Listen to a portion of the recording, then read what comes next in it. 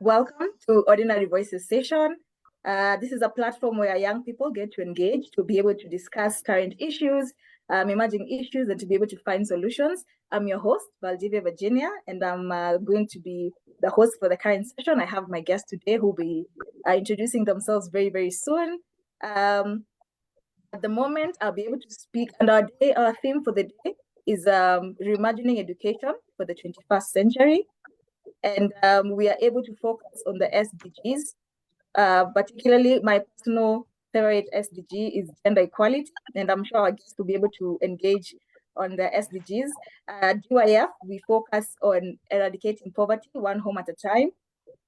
And the 4 thematic areas we have, molding for work, there's sports for SDGs, football for peace, and now the Ordinary Voices session. And our mission is to be able to, through life skills, coaching, mentorship, we are able to equip young people in all 47 counties with the necessary skills to secure a job or create a business for themselves in order to improve their quality of life. So as we are moving along, I'd like to introduce the guests for today. And I think I'll begin with Evans. For the guests, welcome to this show. I'd like you to introduce who you are, what you do, and what is your favorite SDG of choice. So I think I'll kick it off with Evans. Yeah, thank you so much for making this event to be very successful. So I'm Evan Solo from Homa Bay County. I am under GYF. I am a sport coordinator, a sport for SDG coordinator, an intern. And my favorite SDG is zero hunger. And before, I've been working with some of the community-based organizations and the NGOs that are football-based organization. One was called Football.Borders Kenya, is an NGO also dealing with football. I also work with a community-based organization known as Society Empowerment Project as well. Then also with another NGO known as Eco Green Nature Conservancy, where the main theme was dealing with environmental conservation as well. So that is a brief background of me. Thank you. Thank you so much, Evans. I'd like to go to Lydia. What is your SDG? What's your favorite SDG? Who are you and what do you do? Hi, everyone. How are you? Hello. Yes, my name is Lydia Machogu. I am a coach, a mentor, and the founder of Gemini Sports for Good. My favorite SDG is reduced inequalities. I have been working in sports since 2019, and the reason why I do sports mostly is because of the inequalities that is in sports and everywhere. I am also a human rights defender. So yeah, I'm here today and I'm happy to be here to be discussing with you guys. Thank you. Thank you, Lydia. And then, of course, last but not least, Diana. Hi, everyone. Hi, how are you? I'm fine. So I'm Dana Achieng. I'm from Siaya County, and currently I'm working with Sautiku Foundation and the sports coordinator at Sautiku. So for us in Sautiku, we do I lead with we call it Sports for Social Change, and we encourage young people to message with sports. So also being a sports person, it has really helped me also on how to message with other sports. And my favorite SDG goal is gender equality. Since where we come from, or where I come from, most people say there are games that are for boys and for summer for girls.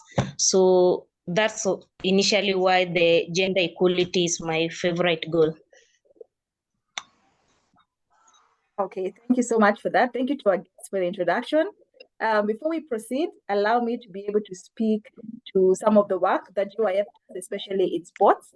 So for GYF, it produces an inclusive sporting platform where young people can be able to engage, and we use sports to be able to speak to all SDGs. And of course, we know that there's the SDGs that are for the United Nations. So we're using the Molding for Work.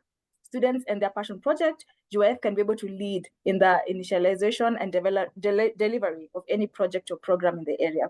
So currently we are doing Football for Peace, and we will be having our tournaments coming in April. I'll be able to speak further into that as the session goes along. And also we are able to focus mostly on SDG 4, which is on quality education. And one of our guiding principles for this year was a study done by ILO. This is the International Labour Organization, that speaks to the fact that half of the world is being left behind, and that there's a need for the action to be able to end extreme poverty and envelop or at least improve sustainable goals. And we'll be able to speak further into that as we proceed with the session. So allow me to begin the session. I hope we are ready. So the first question, and anybody can be able to chime in. Who are you and what do you do in relation to sports? Anyone can be able to jump in.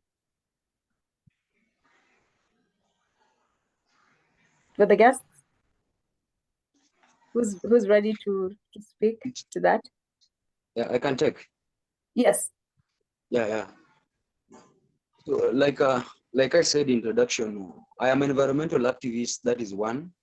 I'm a peer educator, a mentor, and a coach as well, in line with football. So most of the time, I engage. I've been engaging with the organization that has been applying sports for development program, because like here in Kenya, we got two groups of football. We've got elite football and we got sports for development. So and most of the approach that many institutional schools are using, they are implementing that elite football, where now they just compete and gain the points and they give an award, and then it just ended that way. But when we apply sport for development, is we are now using sport to empower the community or to address some of the challenges that are really affecting the community. So in that notion of sport for development, you got a good ground of championing or fighting for these SDGs for us to achieve them, because I'll be organizing a tournament, and at the same point I'll be agitating or fighting or creating awareness towards a certain SDG. So we organize a tournament like the live example is last year tournament that was held at in Siaya, where now it was about creation of awareness about the SDGs. The inaugural tournament that was held in Siaya, where Peter was. So the main purpose was there to, as people are playing, we create awareness on the sustainable development goals. Because for now, as we can talk about the sustainable development goals, there are some other people who doesn't really understand what is this SDGs. They don't understand what are SDG. So we are busy saying that SDG, what exactly is this SDG? We are talking about Vision 2030. What is the content of Vision 2030? Yeah. So I think through getting the approach of sport for development, it will be a better way now. I've gained a better ground on championing for some of the goals, like climate action, gender equality, and also the zero hunger. So I think through sport for development has given me a ground to agitate for those goals going forward. Thank you. Thank you, Evans, for that. We can have another guest being able to respond between Lydia and Diana. Hello. Who are you and hi, how are you? Please proceed. Yeah, okay. I I am a believer of change. So I believe that if someone is given an opportunity, they can change or they can make the change that they want in this world. So I believe that if we engage everyone, despite of their diversity, we can also make change and also provide opportunity for everyone. So I just believe in change, and I believe that anyone can make a change. Thank you. Thank you for that. Okay, so for me, just like also I said, with the sports also, as a tool, we use the sport as a tool to send out message, and this also encourage the young people to work together despite where they are coming from, despite which language they speak. And I think this has been able, that's why we call it like a teamwork, because in the team we need everybody opinions, we need everyone hard work so that we can maybe achieve what we want. So that's what I believe in. Thank you for that. And allow me to tie that to the next question. You've mentioned that your favorite SDG is gender equality.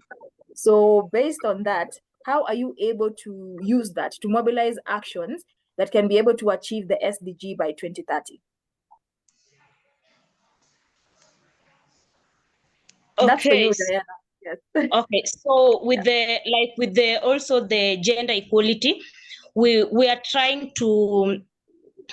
trying to promote the football, being that we come from maybe rural areas where girls are not supposed to play football. We encourage them to play it, and also encourage their parents to come and see the talents their kids have. And I think this will also make us know, or make them realize, that the soccer is not only for boys as well as the girls. Okay, thank you for that.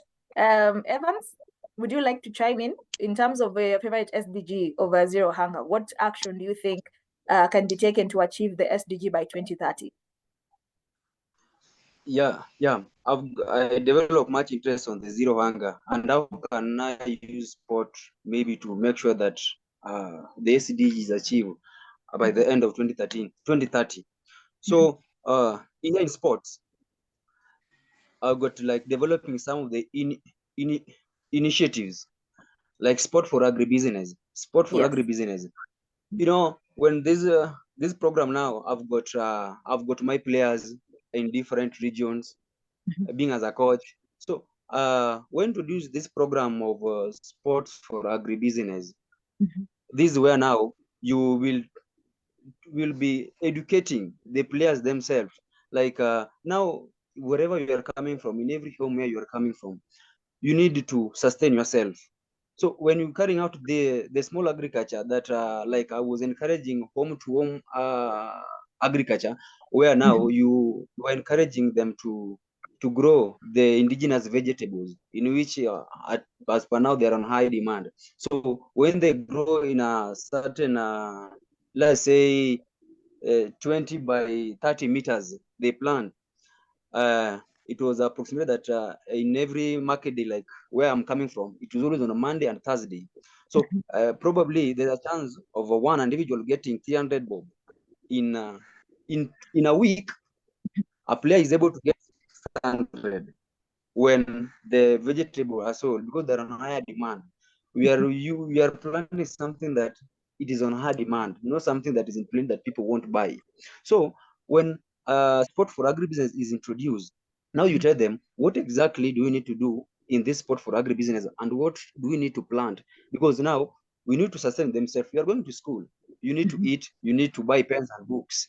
Have you seen? So Yeah. when you train them, and now you're not just training them, you got a ground for demonstration where exactly this is what I'm doing, so, and this is what I'm getting. So when you take them to the practical bit of it, now they're able to see this is the farm, and this is what I'm getting from the farm. So they develop interest, and then they go back to their respective homes where now they apply that.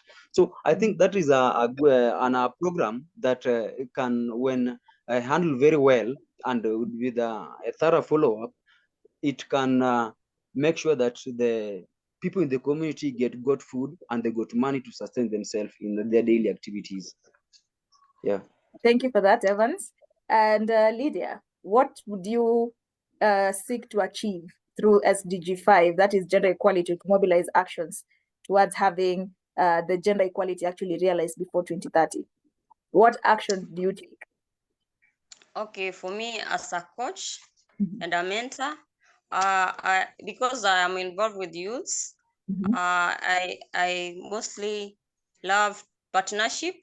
Mhm. So I look forward to work with other organizations because I believe that I am the bridge, so that organization can work towards reducing inequalities, working Yeah. with various organizations that deals with the other people in the other youths in the community, because we have so many youths that are not involved, so many there is diversity that other people don't understand. When it comes to sports also, there is no youth involvement and engagement while making decisions. So for us to make sure that there is reduced inequalities, more so in sports, we need engagement of youths, working with other organizations that know youths that have not been involved, to come up with decisions and policies that that will help us achieve those goals. Thank you.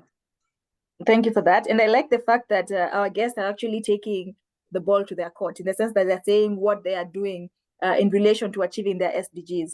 And I think also, as much as everyone has a favorite SDG, we know that out of the 17 SDGs, we can all work towards realizing the same before 2030. And the best thing that we do at GYF is that we make sure that we use sports to advocate for all SDGs, so that we can help eradicate poverty ever in the world. So of course, we do have certain programs like Archery for the Goals, we have Football for Peace, and we're building up something with the young people across Africa to ensure that our dream of having a sustainable community sports center will be realized.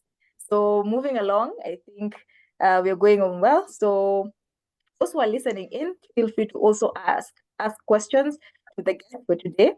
And moving along swiftly, I would also like to ask for our guest. I'm sure as you're busy trying to realize the SDG that you've mentioned, there are some challenges that you come up with, or there are some challenges that you encounter in your field. So I would like to know, what are some of these challenges that stop you from achieving the goals and the dreams that you have? So I think maybe Evans, you can start us off.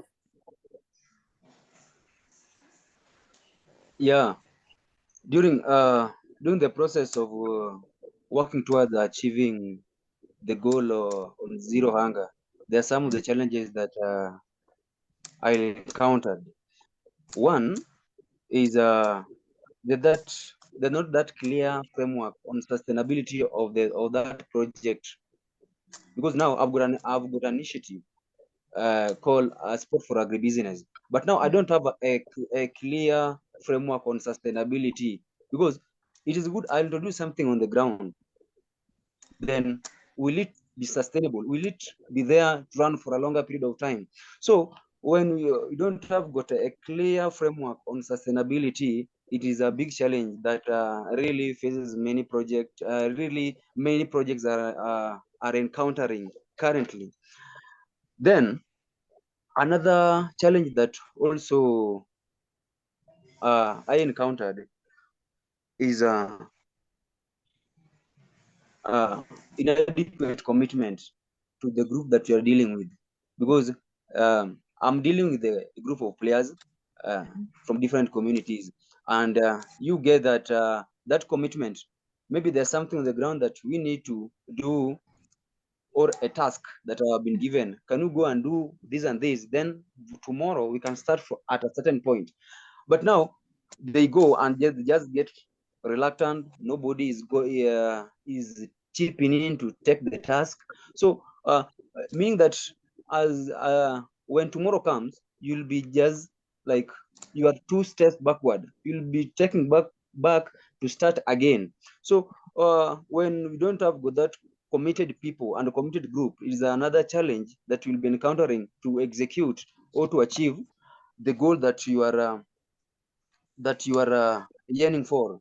Then the third challenge was the monopoly. Now you feel that you are in charge of everything. You want to do anything. You want to do everything. I mean, in the project, you don't delegate duties. It will be very tiresome. At the end, you will be very tired and exhausted, and you will not have that interest proceeding with the project that you started. So at this point, you delegate duty. So monopoly of everything in organization, of the every activity you'll be undertaking, is very also is very hectic, and is another great challenge. Then finally, it is disunity in the community, because we are working within the communities.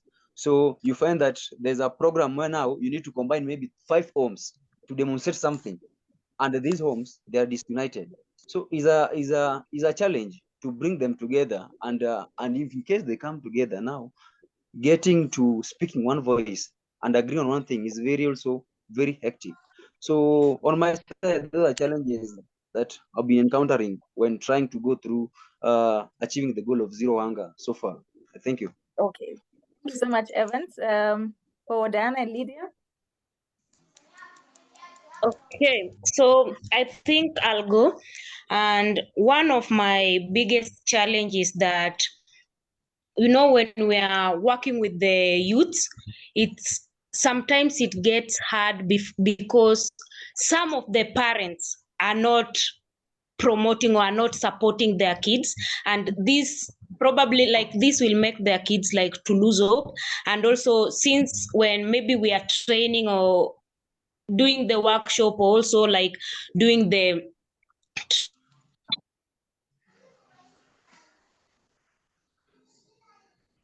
I think we're not able to hear you.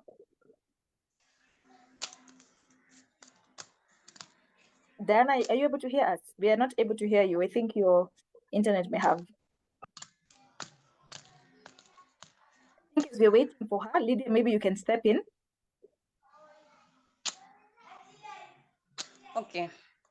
For me, challenges are many. One of them is who I am. Being me also is hard when it comes to coaching, because if I may say, use this term, that in the sports industry, men have dominated it, that they can't, you are not like opportunity, you can't get opportunity as others because you are a woman. Then they undermine you. I've come to a case that I'm being undermined, that I can do the work that I cannot do the work that I do, which is coaching, when I'm in those forums or meetings. Like there's this one leader that I was in a meeting that he held. Then he was like, when I introduced myself, he was like, even women can be coaches. Like someone who is, I don't know, is a big leader, but that question made me question myself. And there's that, and you feel unsafe. Yeah. Most of activities, sometimes I don't get to take part because it's not favorable for us as women. So again, another one is when we come to partnership. Yeah. Most of these organizations are led by men. Yeah. Being the leader from an organization that I lead, which I volunteer, it's hard for you to get connections to opportunities or to get partnership. Like you want to get to this person, but they want you to partner with them first so that you can reach that person to help you, you see? Yeah. And also it comes in when you want them to help you personally, they like they can't help you without coming on to you. You get? So like I understand that's that. it's really hard to work in this industry, but I hope soon we will have more women. We need to have more women in the industry. We need to have more women participating and more girls participating in the decision making, so that we can make these spaces safe for us. Yeah, and when it comes to funding, yeah, the most challenge that I have is funding and getting resources. But despite of that, I use what I have to achieve my dreams or to overcome the other challenges that I have. Yeah, because I believe in myself. Najiamini. Yeah, I love Thank you. Jiamini Sports for Good. Thank you. Thank you so much for that, Lydia. And I love the fact that you highlighted the issue of the societal norms or the patriarchy that affects how women are viewed in society. Because you realize, of course, I'm also very passionate about SDG 5. And I realize a lot in the work that we do where women are not previously given spaces to perform. So for example, in coaching, it's a predominantly male field. So you realize that for a lot of times you will come to encounter certain gender norms that are supposed to keep you in a box. As a woman, you're only supposed to go this far. As a woman, you can only do this much. And then, of course, you realize the also challenge of coming up or trying to beat some of these norms is because they create also an environment where women can be exposed to violence. So you realize that the aspect of the gender norms that affect women's progress also tie to the aspect of violence. And a lot of women are affected by violence because, again, violence is not only physical violence. There's psychological violence, there's emotional violence. So as you're saying, there was a part of you that was afraid to pursue it because it wasn't the fact that you were threatened physically, but they made you feel emotionally that this is not a space where you can thrive in. So I do understand exactly what you mean. And I'm seeing some of the questions from some of our guests. I see Magdalene who's asking, how are you advancing? I think this is for the guest. She's asking how you advancing your organization's participation at the national, regional level. And I see she's also encouraged. She says, Lydia, continue coaching. She has done it and she's planning to resume. Then I see also she's speaking to Evans, where she says that I see. Let me just have a look at that. She was asking. I don't know if Diana has joined us. I can't see her. I think she's still away. But I see she's also mentioned that she likes the delegation point that was offered by Evans during his discussion. And I think what I would also like for her to speak to, in terms of for the guest to be able to respond to, is, yes, I see she's mentioned about delegation that Evans spoke in. So just to ask the question that she was asking for both of you, what are you doing to advance your work, for example, at the national or the regional level?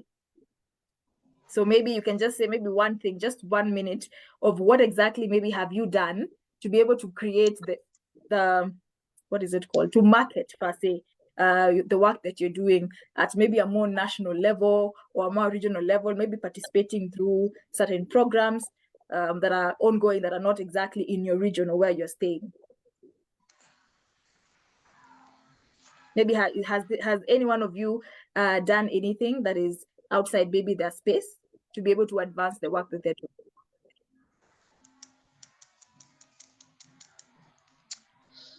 And if not so, maybe another thing you could think about is, how would you rate or measure progress within your county or region? In the work that you have done, how can you measure the progress that based on the work that I'm doing, these are the number of youths that have been trained, or this is the number of impact that we've seen?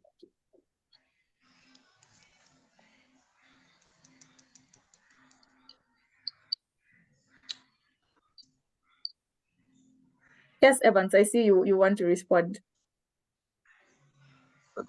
Okay. So from my side, what I've done extra is that I've tried to widen my area of operation by partnering with more than 25 schools. Mm-hmm. So in these 25 schools, okay. 25 schools. So majorly they were primary schools and secondary schools. So in these schools, we have got different projects that we are rolling. Some were spreading to the well-being and the good health and the well-being of the students. And what we're doing exactly there, one was to train adolescent girls and ladies on how to design and make the reusable sanitary pads, because we realized that many ladies at primary level, some were failing to go to school because they lack the money to buy the disposable sanitary pad. So we are looking on what way can we use to make sure that they are in school, they stay in school without staying at home, because some of them saying that it's relatively expensive to acquire the disposable sanitary pad. So we will look on how can we address this challenge. So we were training them on how to make. So we trained them, and now they had the knowledge of making one using the available resources, and that one was a good plus with them. The second one is also through partnering with these 25 schools. We were looking for those schools who have got the space to carry out the agricultural projects. So we were also supplying them with the seeds of the indigenous vegetables. So they plant within the school compound, and this was at some extent the schools were using them to feed maybe the staffs and also some of the students in school. So that coverage of 25 school, it was almost if approximate, it was more than 3 constituency. So it was a wide coverage from my understanding. So okay. And yeah. Thank you for that. I see Diana has joined us. You're welcome back. You were able to, yes, we were on your question. We wanted to learn from you. What are some of the challenges that you face in terms of implementing your favorite SDG at your community? So feel free to take that back. So the other one was lack of community support, because since we are community, and when we are trying to get a small friendly match, like no one from the community comes, and this one like really discourages the young people, because they are just playing but no one is cheering them up, and also no one is supporting them. Yeah, that was the challenges. Okay, remind me the first challenge. I think we lost you while you were discussing that. I think the first challenge was lack of support from the parents, and also like the parents are not allowing their children to participate in the sports. Okay. And I think based on that challenge, do you feel that there's something that can be done to create that awareness or to change the perspective of these parents? Yes, in some of the parents, we've invited some of the parents when we're having the games, maybe the friendly matches or tournaments. So we've invited some of the parents, and most of the parents are really like, they were shocked because of what their kids could do, because they were just like, okay, I'm going to play maybe basketball, but the parent doesn't know what basketball is. But then when we invite the parents come in, and when they see their children participating and they are also the best in the sport they are doing, then now that's when the parents are like, okay, it's okay, now I can see what they're doing, and this is also important, and this. And also for that, some of our girls have been spotted by different schools, like secondary schools, and now they study in the secondary schools without paying, because they can play soccer and also because they can play basketball. Okay, thank you for that. So I think we can go on to the next question. So I'll start with you, Lydia. If you are the Minister of Sports in your country, what policy would you introduce that will ensure the various sports are used as a tool to achieve the SDGs? Okay, for me, I will like to bring a policy that works, a policy that stands for grassroots football. Yeah, because in the grassroots, not there is no. My favorite sport is football. So in the grassroots, from my experience, we don't get so much opportunity, even as coaches, even our players to participate. So for the players to advance also, we should have a policy that also involve the grassroots people that can also give them the opportunity, not like the ones that play Premier League and all, because hapa chini ndio we are creating the talent, yeah. So we should have a policy that supports, a policy that looks into the accountability that the sports industry, all those that stands for sports, because sometimes some activities happens because for only the purpose of accountability, yeah.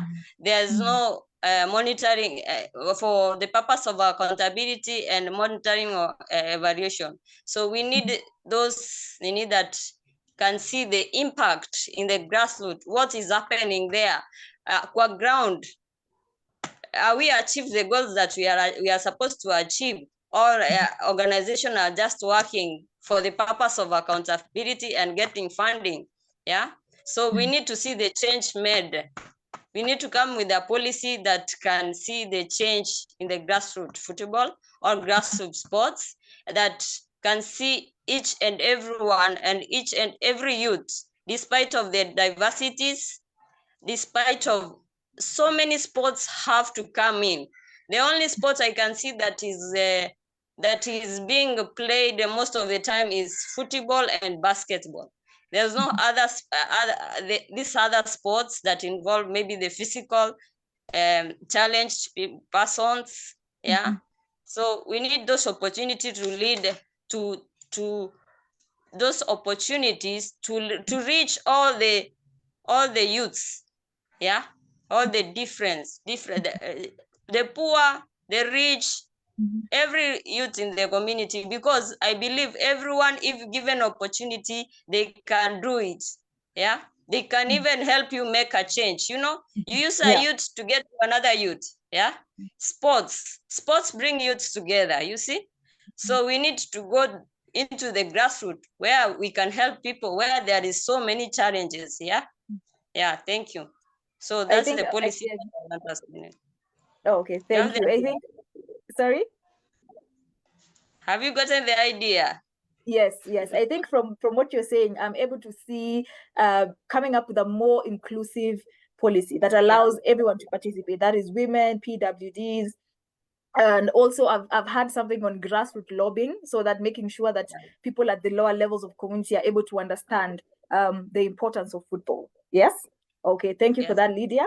I think Evan. So Diana, what would you do? What type of policy would you come up with to ensure that SDGs are realized in your community or your country? Okay, so even for me, I'll just go with what Lydia said. We have like the sports for disabled people, because some of them, like, it's only that maybe they don't have the leg, but they can play like volleyball. So it's like creating also like, and also like giving them a chance to know that they can also do it, despite them maybe not walking, they can also do something. And also maybe despite the league that maybe we have, like the provincial league, like the regional, we shall also like maybe sit down and see like all these people from the regional, where are they coming from? They are coming from the villages where they don't have shoes, they don't have anything. And I think that's where we should maybe make our focus in, because no one is seeing them, but despite them like loving the sport, doing it, but no one is supporting them, no one is encouraging them that okay, even without shoes you can still play soccer. So I think what we need to do is like, we also need to get the talent from deep in the villages, because we have so many people in the village, like so many kids are in the village, they can do the sports, but since no one is there to support them, no one is there to encourage them, also that. Then also about the coaches, or maybe to maybe make a training, like training for the trainers, because also, you know, like some of the coaches I see, like we also have maybe our problems, but also because of these kids, that's why we are doing this. And I think also, like maybe the county government should also, like, despite like a coaches being how to handle the kid, because like maybe if I'm a coach, okay, and Lydia, you can support me in that. I think I think we have a difference in coaching the youths in the village and coaching the maybe youths in big towns or in the slums. So I think the government should, or the my policy will be like to encourage this, to also train the coaches on how to handle their students or Okay. their, yeah. Okay, so I think from your point, I get to realize inclusivity is important, and also, as you've mentioned, the talent acquisition, especially from grassroots or upcountry areas. And I think also, as you're saying, there's an important aspect of having to also train the coaches, so that to ensure that they're also training, they're up to par with what is happening in the world, so that what they're teaching actually helps the young people. Yeah. Okay. Thank you, Diana. And last but not least, Evans, what policy would you like to come up with to develop SDGs? Yeah, there's one policy that I already said that is already working, but it's just working for the organization, the community-based organization, the NGOs. These I'll ensure that sport for development is introduced in schools, because currently the schools are just the activity that are undertaking is elite I think football. you're Elite breaking football. Sorry? Allow me to explain like the content of elite football. Okay. Are Excuse you getting me? Evans, Or I'm still breaking? we're not able to hear you well, so maybe you can turn off the video so that we can be able to get your audio well. Yeah. You can now get me clear. Yes, now we're getting you. Okay. So I was saying one of the policies that I will introduce is sport for development policy. Yes. Whereby now, as compared to the elite football that people are playing, that the government are incorporating in the school curriculum, where they go and compete, they win trophies and they get points, and it is over. But when with the sport for development, they'll be having a specific goal to address. Now, if with the football, now how can you use football now, like for now, to advocate for zero hunger? How can you use football now to advocate for poverty? How can I use football to maybe fight for climate change? How? So when that policy introduced in school, now the SDGs that we are yearning to achieve at by 2030, all of them, now the schools will be working toward it. The sport will now harmonize the SDGs together and make sure that they are achieved. Two is that, for my information, I've been going to school, visiting schools. And sometimes when I mention the word SDG, the students are like, what are you talking about? It's not a lie, it's a real testimony. So I came to realize that despite students are being taught in school, they don't know about the Sustainable Development Goals. And in case they know, they can just write by how it is being spelled, how it's stated. But the content of Sustainable Development Goals, many students do not know. Yeah. They can, you can tell that we got 17 SDGs, but they don't know even the SDG number 1. What does it say? Everything. So yes, it will be very important to to introduce the SDG clubs, the Sustainable Development Goal clubs in school, whereby there's in those clubs now they'll be trained and create awareness on how exactly SDG number 1, what does it entail, and what the importance of achieving SDG number 1. So by developing these clubs, it will give a good platform on to set now things right, to make sure that every SDG is achieved in school. Then another policy that I would like to incorporate is using in maybe in high school, they have got different sport discipline.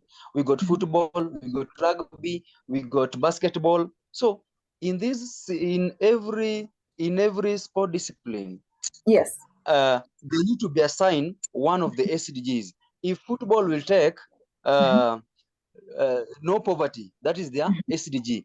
Basketball to take zero hunger, that's the. So when in a school, maybe we got maybe six disciplines. So in this 6 discipline, we'll be having 6 SDGs that they will be talking about. They'll be having a discussion like now, possible ways. How can we go about this SDG? So, we'll be getting diverse opinions and ideas on how to address the specific SDGs.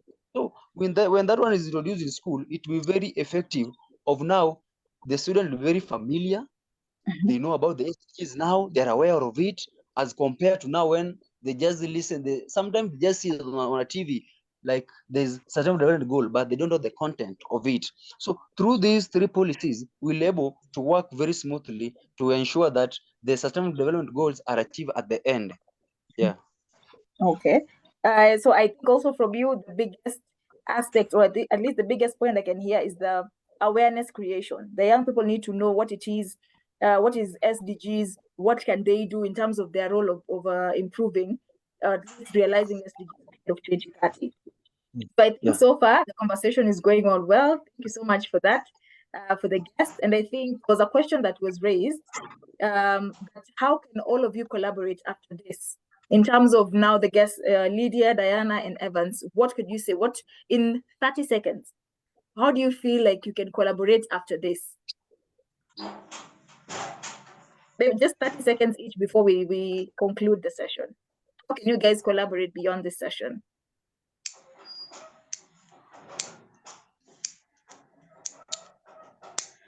Okay, for me, I think because this has been a good connection I've gotten to know people. So I think we need to discuss more, sit down, share our ideas on how to come together and achieve these goals. Yeah, and also we get to partner. We need to partner. Yeah, about partnership. And so if you know of opportunities to bring more coaches, if you know of an organization that can support coaches, like let me say women coaches, to learn, and also we come something how to make it favorable for women, because the time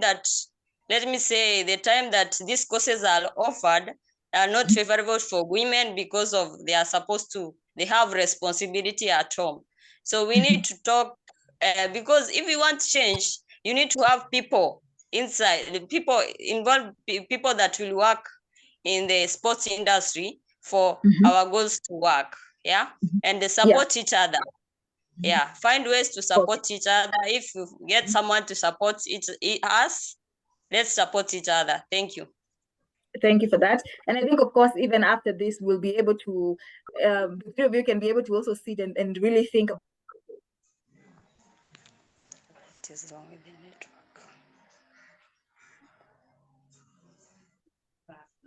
network? I think we just lost in Val. one. Val, In we one. can't hear you. Yes. Hello. Carry on. Yes. As I was saying, allow me to ask one final question to the guest. That is, what advice, and this is in 1 minute each, what advice would you give to the organizations that are engaging young people in terms of permanent solutions to ending youth unemployment in the country? So what advice would you give to organizations using sports to engage young people? So I think, Diana, you can kick us off with this one. Okay, yes. So I think for what it's like using sports, I think I'll go with just what, like as Evan said, we also have a program, but for us we call it, we have grow to eat, we have grow to learn, and then we have grow to earn. So through this, it's like maybe today I've learned from Evans on how to prepare like maybe a small portion and how to plant the indigenous. Sorry? Okay, pardon, can you get Pardon? me? You'd Okay. lost your beat. Okay, so as I was saying, the aspect of this is like, as I say, we have like a similar project like grow to eat, grow to learn, and grow to earn. So through this, I can also, despite playing football, despite playing maybe basketball or netball, I can also, like, maybe in the evening go to my shamba, like prepare a small kitchen garden and plant the indigenous plants, like the vegetable, then maybe on the market days go and selling them.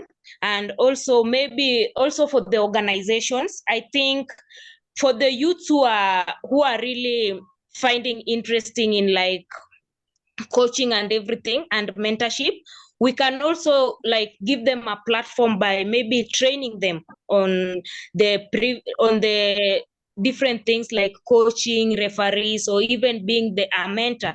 And also maybe through this they can be maybe coach, and also they can teach others on how to coach, and they can earn something. Thank you, Diana, for that. Evans, 1 minute. Yeah. So the best advice I could give this organization is like they need to partner with many schools as possible, because in many schools they try to get at least people from every community. So when now you showcase the organization now showcase what it does in terms of agriculture, in terms of ensuring that there's enough production of food within the organization. So you showcase, you tell them this is what we do. So, and advise them when they go back home, they'll try to do that. By doing that, it will add value to the individuals who went and demonstrated further. Then the second thing that I could advise them is now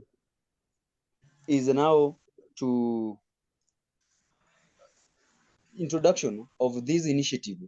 Some of the initiative like will also accommodate. There's some people who drop out of the school because of 1, 2, or 3 reasons. So what should they do? What can they do to sustain within? Yes, within. Yeah, within themselves. Because I dropped, maybe I dropped from class 6. I don't have got relevant skill. I don't have money to help me to get certain skill. I need to leave housing. So by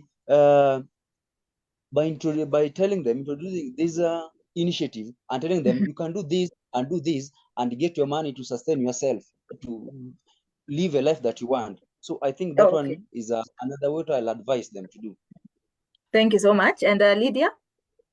Okay, so for me, I forgot to say, anyway, nationally, I am involved with the Footsteps that is working with coaches over Kenya, all over Kenya, that they support me. So I'm thankful for that, because there's so many skills I've gotten, skills and knowledge I've gotten from them. So I think organizations should like work with the sports person, because they are the ones that work with youths mostly in the communities. So we need that support. Organizations should support the sports persons and involve them in achieving their goals and objectives. Yeah, thank you. Thank you so much for that. And I think we've had wonderful discussions. Thank you so much to our guests. And before we conclude, I would like to remind our listeners that we are having and inter-county. Let me just share the slide. So we'll be having an inter-campus football championship that will be held in April. And we would like to be able to encourage all the students that are in the tertiary education system, that is campus, kindly register as many as you can, register 10 people per team. And we are welcoming both men and women. Feel free to register the teams, 10,000 per team, and we'll be able to meet together on the 6th of April at the University of Nairobi. We'll be having the tournament. So for anyone who may want further details on this, feel free to reach out to us at Global Youth Forum. To our guests, allow me to truly thank you for this wonderful session. Thank you so much for agreeing to join us and having this discussion. I pray that we'll be able to work together even after this. And for all our guests, if you want to also engage with for all our listeners, if you want to engage with the guests after this, feel free to also reach out to them. They're doing wonderful work in the community, and also continue to support SDGs using sports to be able to realize SDGs. I think from that and from myself, thank you for joining us, and we'll see you next time. And also note that registration deadline is on 23rd of March for this football tournament. So feel free. I expect to see Lydia's team and Diana's team in part of this. Bring some of the students that you train to be able to participate in this. Other than that, thank you so much for today and all the best. Okay, thank you. Thank you. Thank